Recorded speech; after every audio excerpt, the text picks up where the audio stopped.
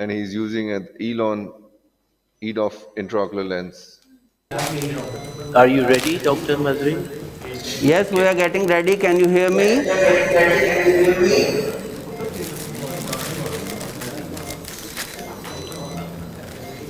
Professor Raza, can you hear me? Yeah, Yes, we can yeah, hear I you. can hear you. Dr. Mazhry, Dr. Naeem from Peshawar here. You are welcome, sir, to Lahore. Assalamu alaikum. Walaikum Assalamu Assalam. alaikum. It's great to know that one of our best friends from Peshawar is sitting there, praying for the success of the surgery, Absolutely. inshallah. We haven't heard any poetry so far. Now, the question arises is that what are the basic goals of EDOF technology for visual outcome? And why do we implant this lens? What is the importance of this lens? Why not go for a monofocal or a multifocal? Why to implant an EDOF technology IOL? I think my panelists will answer this if they want I to. think if you're looking for patients who do not wish to be bothered by halos and glare, then you need to go for the EDOF IO. Okay. So what our goal is to maximize the performance for the broad range of optic distance and to minimize and give high acuity and minimal blur over the range of the object distance and minimize the amount of the light outside the channel when the significant portion of the light is concentrated within the channel to reduce the unwanted effect of halos. So the patient is important in this case because old patients are not so advisable in it. In it, the professionals we recommend, those who are should have a sharp distant vision and intermediate vision. And here we get a functional near vision. So all the professionals we can have this, and you can Well, add upon it. the advantage over multifocal, like Dr. Khatak said, it gives nearly the same range of vision. For very minute near things, you might need a little bit of number, but it reduces the halos and glare. Yeah. The halos and glare, something I think we should not undermine the importance. Because once if it is there, it really causes a lot of disturbance for the patients, and the patient would never be happy. And again, I would strongly emphasize that when you're using multifocal lenses, the trifocal lenses, always look at the patient objectively. Is this the right person for this lens? Because you can end up with a lot of trouble, particularly when they have to drive a lot at night. And then they're really troubled by the halos and glare. So, this photopsia is an important factor which we need to curtail Absolutely. down. That is very Absolutely. important. All That the is positive, dysphotopsia and negative. And they claim that this lens reduces all that things. And we now I want to ask you, what factors do you consider when selecting patients for EDOF IOLs? And how do you manage expectations regarding immediate and near vision performance? Excuse me, Professor Raza. I think you just have to, patients who are highly dependent on very clear near vision, you should try not to select those for your EDOF lenses because they're generally both, they're good for distance, far distance, and for intermediate distance. But if you want, if somebody, for example, somebody who's an artist who needs absolutely clear vision for this 1/3 of a meter distance, then I would rule them out for the EDOF lenses. They would require trifocal lenses or a multifocal lens. Professor Okay, and Raza. how does the visual performance of EDOF IOLs compare with multifocals and monofocals IOLs, particularly in terms of glare, halos, and overall patient satisfaction? Yes, as far as glare is concerned, definitely it would not be comparable to the monofocal lenses. But when you expect that you are getting a surgery and you want a good deal of intermediate vision, then definitely it has its benefit over the monofocals. Monofocals are time tested. If somebody is ready to use the glasses for near vision and have a slightly compromised intermediate, there is no match Milan to चुप that. करा यार But I think as we are progressing and the क्या theoretical technology is discussion getting करते better हो and better, so the options for EDOFs is definitely a more viable option for Moin को getting phone करो rid of the glasses for most of your work. Okay, what are the recent innovations in the EDOF IOL technology that have made the biggest impact, and excuse me how can you do hear they us address common limitations? can you hear us Sorry. Okay. Yeah, we can hear you. Kindly proceed. please Whatever you want to say. yes Yes, sir, we can hear you. we have started the case and I have placed this is right eye of the this old man 60 plus years old and a beautiful kind of European iris he has and I gave him a shot of diluted adrenaline and it dilated and we have placed a temporal incision and this is my practice that I use right hand for right eye and left hand for left eye and hydrodissection and you see the beautiful yellow ring sign here. It's a nuclear sclerosis again less than +2 and cortical changes and 2.75 millimeter knife is used and my own practice is that I prefer small side port incision for axis. That's what I have done through 12 o'clock stab incision.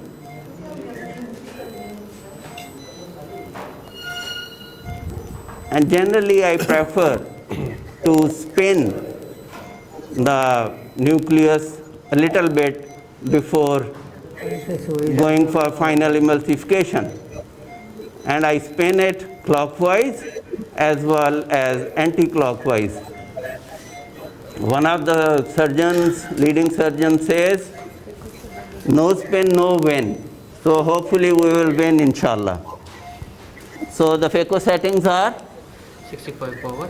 65% power, 42 is the flow rate and 500 is the vacuum and I use same settings because most of the things we operate with foot control and generally I don't need to change between phaco 1 and phaco 2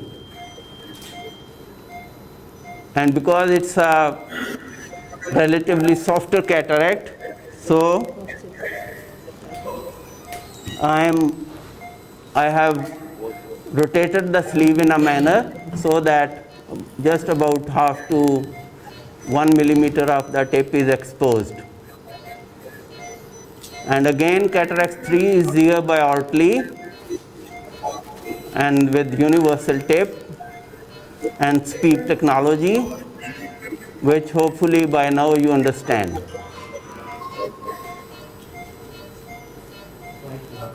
The surgery, then you can ask the question. And I will just shave off the epicortex and now we are ready to go for the nucleus because it's a soft cataract. So and yellow ring sign was there. So I have prolapsed it with the help of phaco and the emulsification is underway bit by bit and we engage it, we prolapse it, but while applying phaco we move back and our tendency is to go for the PPP, that is pupillary plane phaco. And as I have, you see the spinning I gave to the nucleus will help now because of that spin the epinucleus will be relatively easy to take. I am using the phaco probe, and you see how easily it is rotating because I gave it a clockwise and gentle anti-clockwise spin. So epinucleus is quite freely coming to the phaco, and it was a softer side cataract. So we are not using any phaco force here. Very little phaco is needed at this stage, and alhamdulillah, the nucleus and epinucleus have been emulsified and removed. And you may appreciate 2.7 seconds was the phaco time. Though the probe remains inside, that's what I mean. The more your hand, feet, and eye coordination is there, the more accurate you become over time, the less phaco energy you need to emulsify. The phaco handpiece was there inside for a while, but the phaco power used, but the phaco time was only for 2.7 seconds, alhamdulillah. And now we are there, as I mentioned, that though I use bimanual, and I am one of the fans of that bimanual system which Professor Khalid used, but my preference recently is this coaxial, because you don't need to create an extra port for bimanual set. It goes through the same phaco incision, and this hockey-shaped, J-shaped cannula, and I am now trying to focus the PC and polish it. And the flow rate and the power I am controlling with my foot control. Here you see the spider web sign. When the port captures the capsule, there are folds and wrinkles on it, which is known as spider web sign. So once you see the spider web sign, you immediately hold your aspiration and regurgitate with your heel. That's another beauty with Cataracts 3, that you can beautifully efflux or eject the engaged capsule. And if you are watchful, alhamdulillah, you are quite safe with these modern machines. And deep anterior chamber with injection viscoelastic, our preference is methyl cellulose, economical and friendly. And the endothelial protection we attain by use of proper technique and by papillary plane phaco. So we are ready for the IOL implantation, and as Professor Zia pointed out, we are going to use EDOF IOL, which is ELON. As you know, we call this EDOF, that is the extended depth, but this Medicontur technology, they have actually framed this specific name for it, that is the ELON, that is the elongated actually depth of focus. And as you can they have see, just modified it, and can you see how easily it is a preloaded lens, and the Professor Mazhry is going to actually have, this is a small, you can see hole in it. and it's a kind of atypical injector, different from others. And as I always say, as Professor Khalid pointed out, that you have to know your injection system. The companies around the world are making a lot of R&D on developing injection systems as well as this EDOF. And I'm going to, this is a kind of drum-like holder, and the hole for the injection is on the side. And with this particular injection system, please never rotate, try to fold it without injecting the viscoelastic. It will be a disaster in this injection system. So Ji you can Professor Khalid, see, over to you, yes. please. So you can see the injection, or you can have the viscoelastic through this hole, and this is bathing actually the intraocular lens inside the chamber. And That- this red top is actually it is lock. You see, I have Yes. rotated the drum. Yeah. It needs a little force, and there is a click sound. And also you can see written 2 over here. This is the second actually spot where you have to actually remove this lock. Yes, Yes. this So- will come out, this lock will come out Yeah. only when this click sound is here and this too is properly aligned. Now we are ready to move the lens to pre-delivery position. And before that, as pointed out wisely by Professor Khalid, you just hold it like this and push it with your thumb and you will get rid of this drum. You see, this cylinder is used to fold the lens. Sometimes the engineers think too heavy, but it behaves well in the end. The lens design is beautiful. And another beauty with this lens is that this is hydrophobic, square edged, and you have seen those hydrophilic dual haptic designs, but recently the companies are coming up with hydrophobic dual haptic designs as well. And this is one of those beauties which is hydrophobic, which is square edged, which has dual haptic design, and which has beautifully incorporated EDOF technology in its center for intermediate vision. And it goes beautifully through the 2.75 millimeter incision without any distortion. And I will always say, perform every step under slow motion and under your vision. See this beauty unfolding inside the eye.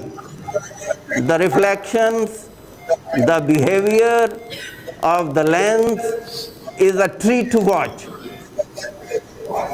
And here it goes, and I have placed both the trailing and the leading haptic in the bag with the help of the injector. So no second instrument was needed, and I am running a study of different injection systems in my department, in which we are going to compare the lens insertion time from holding the lens injection system to the final placement of both the haptics and the optic inside the bag.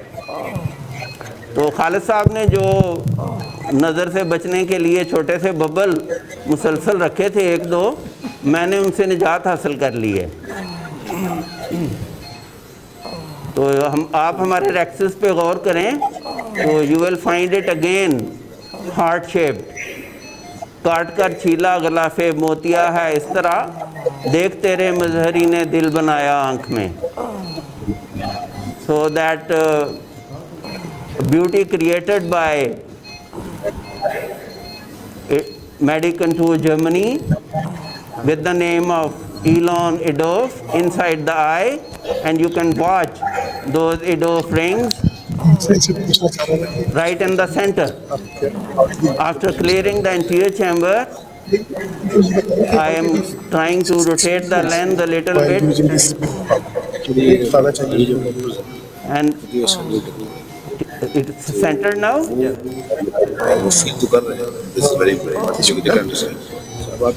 Because it's a bigger inspiration thing which has been bought. Therefore, sometimes it becomes difficult to go under the lens. But Dr. Mazhry is an expert in it, and he is also expert in doing surgeries with both hands. Why do we do lateral side surgeries? If it is the right hand, we do from the right eye, and if it is a left eye, we do it with the left hand. It is like this what he does, and he has got very good results. And important thing is that what are there any specific surgical techniques or pre-operative assessments that optimize the outcomes of EDOF IOLs? And just a final point here, then you can follow Dr. Azad's discussion. You see, I have dialed the lens in 3 9 o'clock position. That avoids dysphotopsia. The final positioning of all premium IOLs, even monofocal IOLs, recommended is to place the haptics in horizontal axis at 3 9 o'clock position. That will avoid dysphotopsia. So now, Professor Raza, please proceed with your discussion. Okay, one question for you is that if you have come across with a residual, some sort of a refractive error, what will you do next? Will you do a LASIK or trans-PRK in such cases? Or give a radial or any incision? Generally, I try to convince the patient to settle down with the residual error and be friendly with glasses. But there are cases where rarely I have exchanged the lens, where the refractive error was gross and it was easy to change. And there are 1 or 2 cases where I performed TPRK as well. But my own preference is generally not in favor of intervention. I will try to convince the patient, and generally I have explained it before the surgery to the patient that the possibility of glasses is always there. Thank you very much, Professor Zia Mazhry. That's a wonderful surgery you did and wonderful, excellent uh, explanation of what you're doing. I am here in Medicare in the OR, and we want to thank the OR team, the staff with us, Mr. Bhuta, Mr. Razia, Sheetal, and everybody in the OR, and the broadcasting team, and the team Optisurg. So I will request the audience to give a big clap to my staff at the Medicare. Thank you very much. Thank you very much. Thank you very much. Thank you very much.